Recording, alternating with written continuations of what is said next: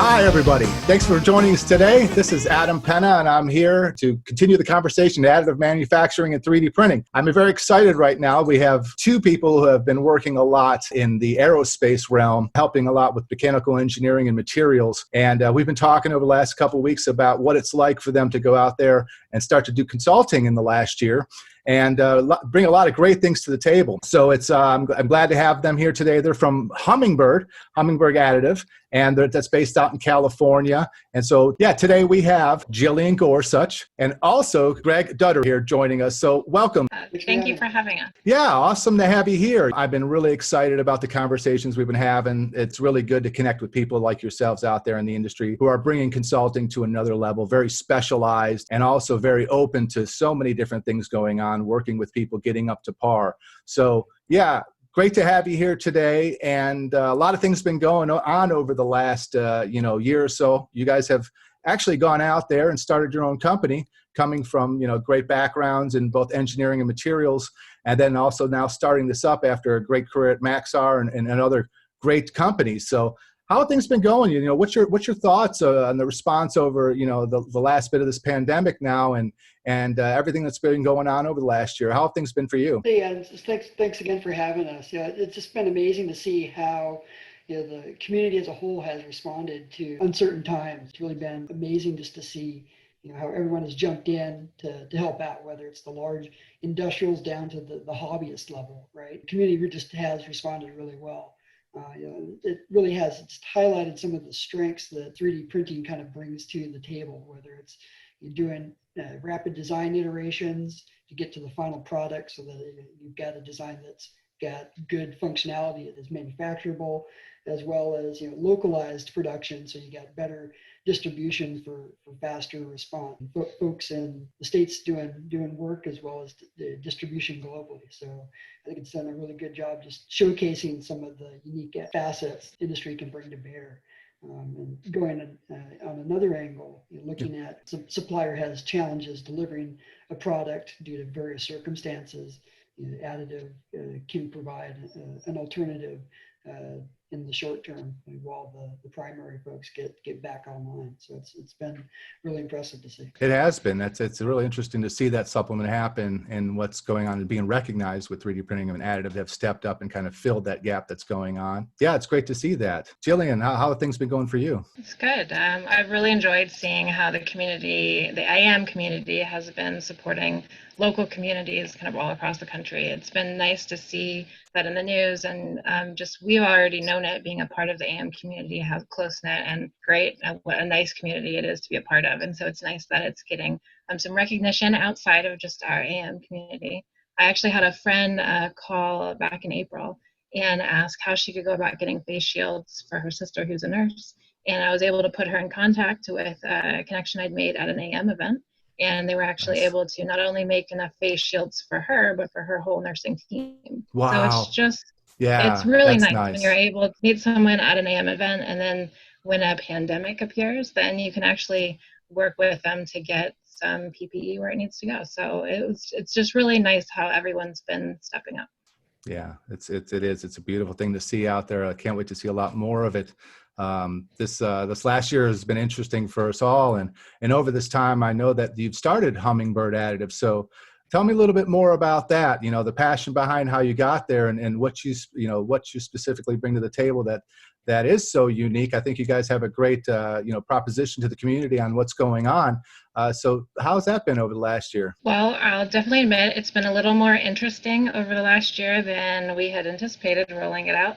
With COVID happening, but it's been really great. So last year we launched Hummingbird Additive, and really what the focus is we want to increase adoption of metal AM, not just in aerospace, but also in marine and transportation and other industries. Yeah. So Greg and I both have our backgrounds in aerospace, and our most recent jobs were building satellites, which is great. Space is fun. And we wanted to kind of take the next step outside of just aerospace and hit more industries. So my background in particular is working on spacecraft tooling and communications hardware and solar array components. And I did all of those before I took over as managing the Additive Center of Excellence and our R&D projects. And Greg's background is materials and process, and he's been working on implementing AM technologies for probably over 6 years. So we have a broad background between the two of us, between qualifications and application development. And we just, we had conversations over a period of time, and we finally just decided we wanted to see if we could do more with AM. Yeah. So that's why we decided to launch Hummingbird Additive. That's great. That's awesome to hear that. I'm excited to see what comes of it. How's that been for you, Greg? Yeah, it's been an adventure. You know, that Jillian and I have worked together the last 3 years or so. Yeah. Specifically on the additive projects, and so over that time we've developed that rapport, peer to peer, and worked really hand in glove for a variety of different topics and stages throughout the adoption process. So we've got a lot of experience going through those learning curves, whether it's technology adoption, part qualification, part application identification, supply chain, understanding and developing what the supply chain capacity is. What are your options? Who's a primary? Who's a secondary? And just kind of learning through all those various aspects. That just takes time, and as you go through that in an industry, you really get to see a lot of variety of different challenges when they. Yeah, that's a very unique thing to be a part of, because obviously aerospace is one of the biggest industries for additive and 3D printing. And what we've seen happen even in the last couple of years is really eclipsed what's happened before. And there's so much more that's going on. So having that unique background of working through actually bringing products to market, and that whole aerospace journey, I mean, that's a very unique thing to be part of, and that kind of experience is needed right now. So I'm glad there's people like you out there that can help with that. And so talk about that journey a little bit more. Is it how have things kind of come together with where you see aerospace at the moment, and some of the different processes with materials and applications out there? So aerospace is one of the biggest users of AM, along with medical historically. And so the use case for aerospace is based upon a pretty rigorous journey to get from qualification to final end use of the product. It's about a 3 to 5 year journey. So that just is due to the rigors that industry requires, because you've got a high value product as well as serving high value functions.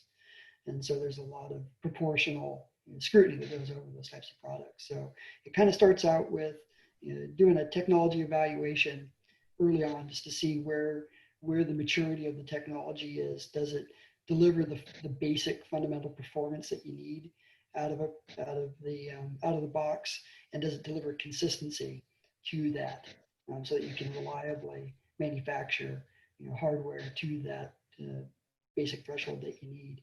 Once you've established that basic capabilities, then you want to actually measure and categorize those capabilities. That's what the material and process qualification is all about. Qualification, you identify the material you want to use, the equipment that you want to use to produce it with, and the folks who are going to be operating it, and the training and practices associated. So clearly identify and lock those down so that you can ensure consistency of product, as well as the basic performance expectations of that product. And so that's just the very beginning of it. Once you have that characterized, then you can actually hand it off to your designers to actually utilize the technology. And that's where a lot of the fun happens, because you get to see the designers take off and run in all kinds of different directions that you never had any in your wildest imagination could something like that be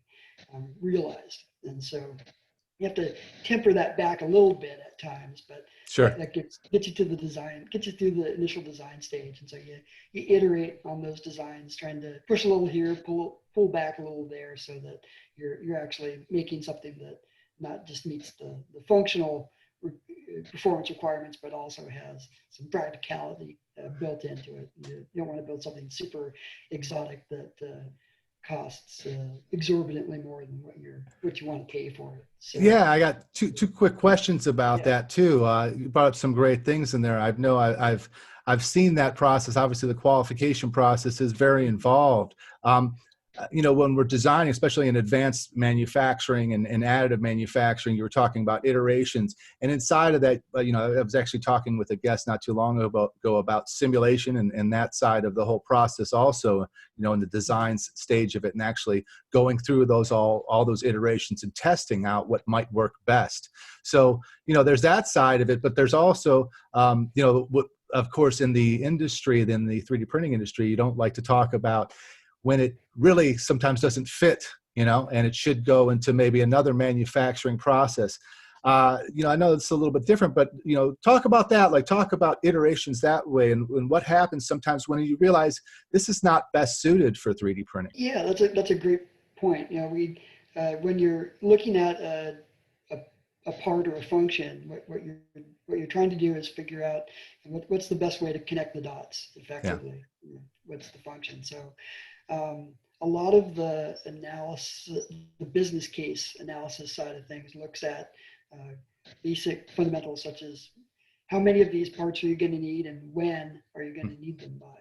And so that's a really good kind of first screen to pass. And so as Jillian likes to say, she likes to take a quick first pass of an application from those basic aspects just to see whether it makes sense from additive from just a cost, quantity, lead time, expectations perspective. Sure. And so we can usually scrub out pretty quickly whether there's a realistic scenario that additive would make sense from a budgetary standpoint before it even gets down to the technical standpoint.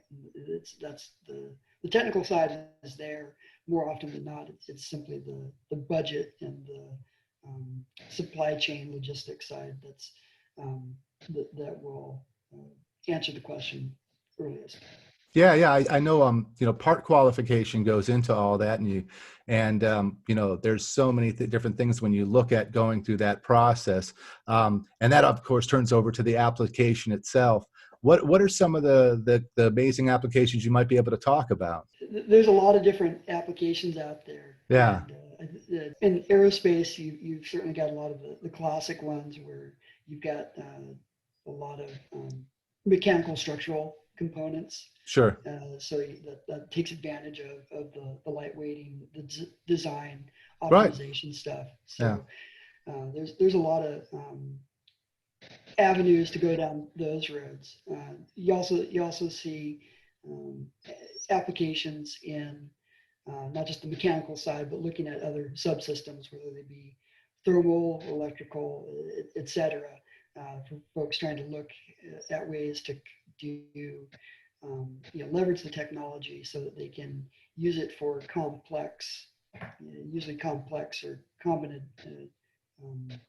where you have assemblies where you're combining multiple units into one build. So the applications are certainly there, and again, in aerospace, a lot of it has to revolves around lightweighting.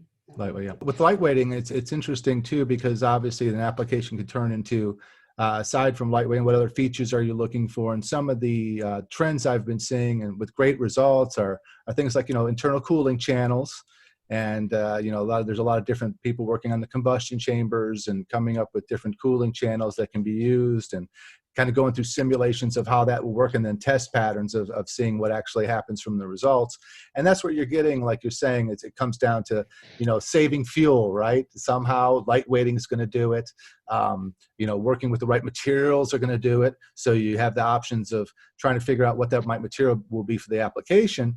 And it starts to get really interesting. Another thing that's been coming up with applications I see are, all the heat exchangers that are happening out there. It's starting to really bite into understanding what we could do layer by layer, building something inside of 3D printing, and then looking at how much inside of a heat exchanger, how much surface that you could build inside of there. So really amazing few applications that I see, and I know there's just so much more out there. And being able to do sort of like a part selection with a company is a big deal. You know, go through their current catalog and tell them what kind of existing parts they might have that are better suited for the process, and maybe doing a deep dive on a few of them to prove that. You know, so I'm sure that's a large part of what you go through in your process, and that's really great, because that's what we need. We need people that could help with that process, because there's a lot of people that are new to it. A lot of people haven't been through it before, but when you go through qualifications, especially on the aerospace side,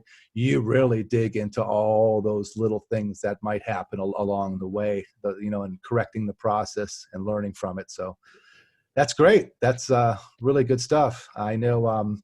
Aside from that, I mean, is there any other sides of it besides lightweighting you'd like to talk about? We found that to make a good business case, it's really important to have more than one box that you check. So you talked about different functionalities and different performance that's enabled by additive.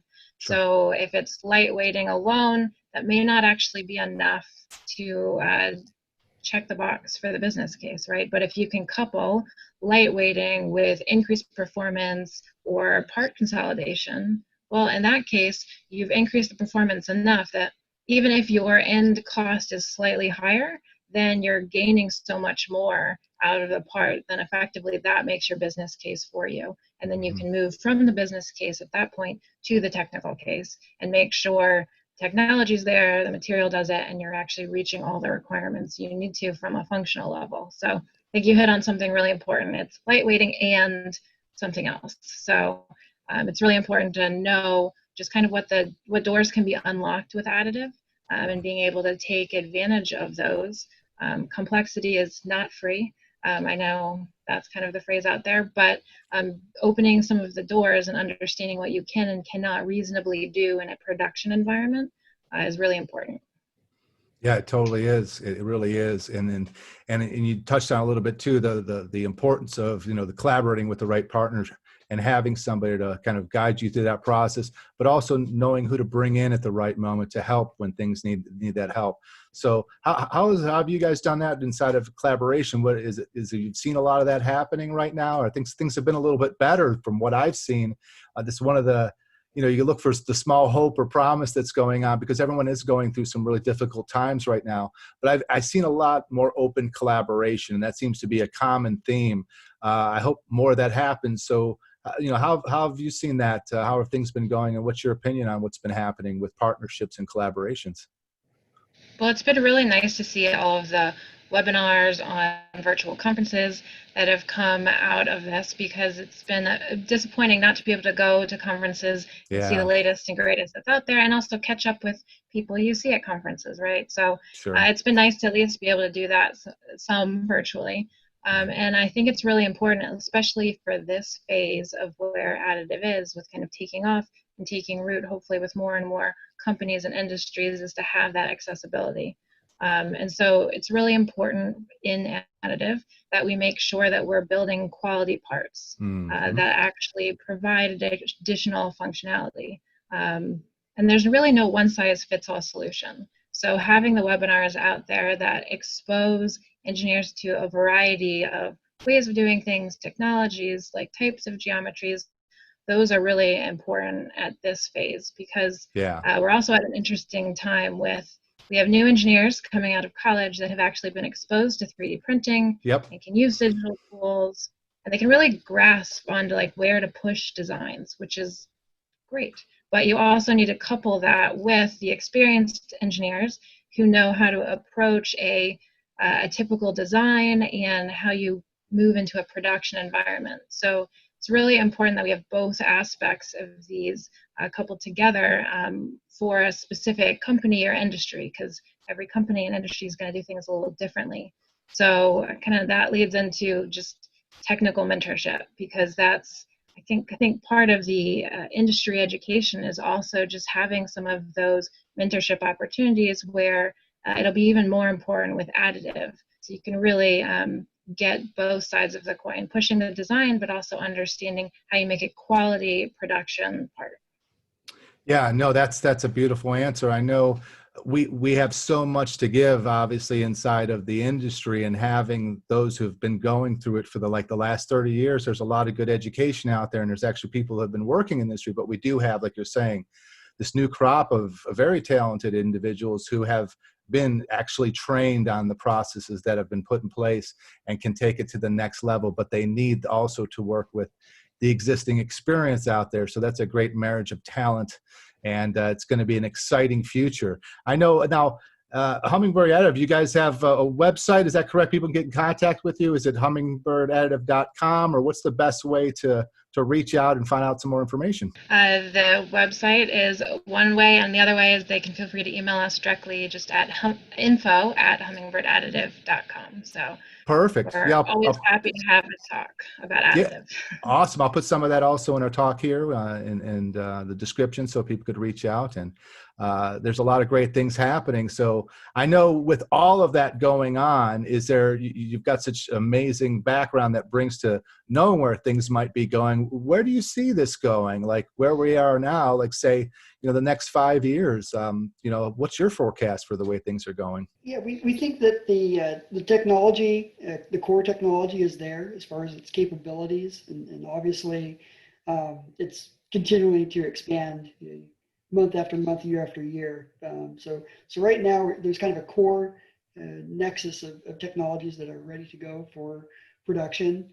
We see a deeper need as far as the ecosystem surrounding those technologies, whether that's the software used for design, as well as the personnel and the education level of everybody that touches the production workflow, whether it's the better training and education for the designers, the analysts, the engineers. Quality assurance is a huge area that doesn't get always talked about. Yeah. You've got the executive level, and you got supply chain folks as well. So there's always something out there for each one of those roles. And so we definitely see that education is going to be a continued need in the future, based upon what we have today. As far as going forward, you see a lot of new materials coming out for the variety of processes that exist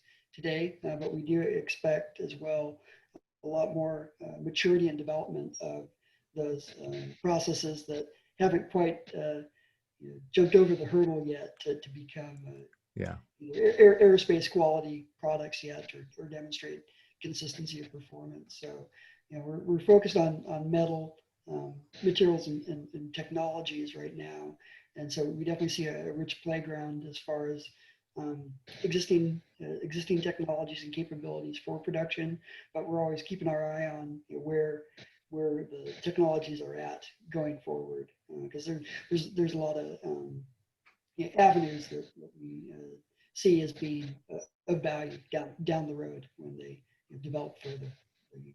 Yeah, makes sense. Jillian, how about yourself? Well, I think I'm going to answer your question in a little different aspect. Sure. We always hear people trying to ask questions of, are people moving towards just having in-house systems or working just with subcontracted manufacturing, and kind of that balance.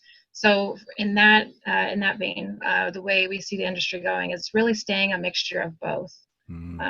Having some in-house capabilities for some companies makes sense, but in other instances it doesn't make sense yet, and it may not make sense. So one of the things that we've found is, companies that are new to additive manufacturing and are trying to close those business cases of trying to make that initial question of, do we have enough AM applications to justify bringing something in-house, or maybe companies have a lower quantity of what they're planning to do, what their unique geometries.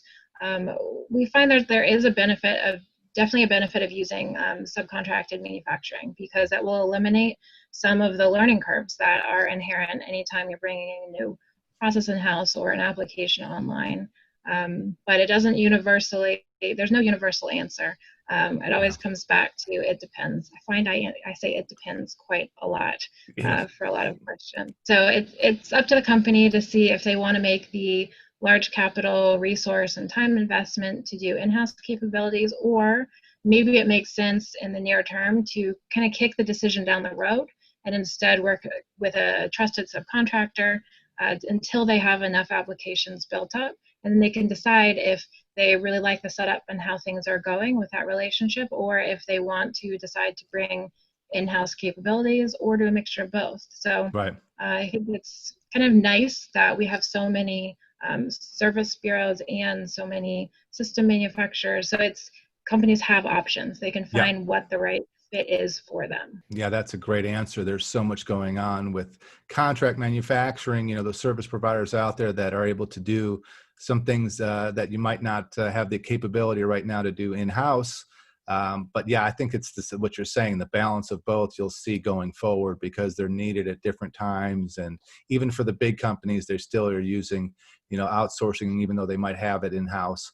Depends on the application. It always depends, as you're saying. It depends on the material, the application, what you're doing. All that stuff comes into play, and it's always a little bit different the way you can set it up, like you're saying, the business case that'll work for each individual and each company. So also, you brought up some great points. There's something that, we all deal with the customer, right? It's the customer first. So what is your insight on that, and what are your thoughts on how that is happening and how you approach the customer nowadays? Thanks for bringing that up. Customers are really key. So you can get 95% of the way done with a project and think that you have everything buttoned up, but if the customer is not willing to sign off on it, it's not moving to production. So talking with a customer early and often, we found, is really important, especially coming from the aerospace world, where a customer might be paying a couple $100 million for a satellite, for instance. They're going to want to make sure they feel comfortable with any new technology or new application that's going on their big investment. So we found it's important to keep an open mind and listen to all of the different opinions that come up. So make sure that you're really able to address concerns and make sure everyone's comfortable moving forward, and just proving that for production you have a repeatable and solid product.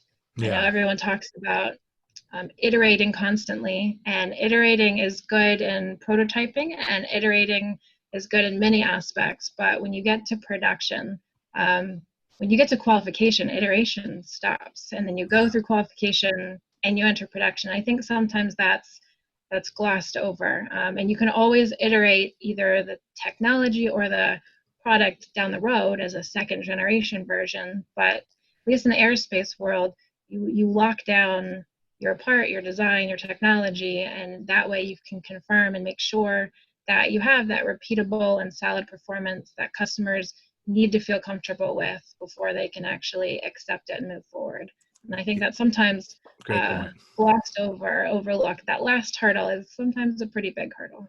No, it is. It's the bottom line, right? I mean, you could have all the ideas that are great in the world on how to make something and what you think it would benefit any industry. But if you haven't talked to the customer, how have you really validated that's what they want? So Right. Ask the customer first, and they can guide your whole project, really, because that's who you're looking to satisfy, not how great you could make something, but how much the customer really needs it and what's their feedback on what you think is important. So great point. Thank you very much.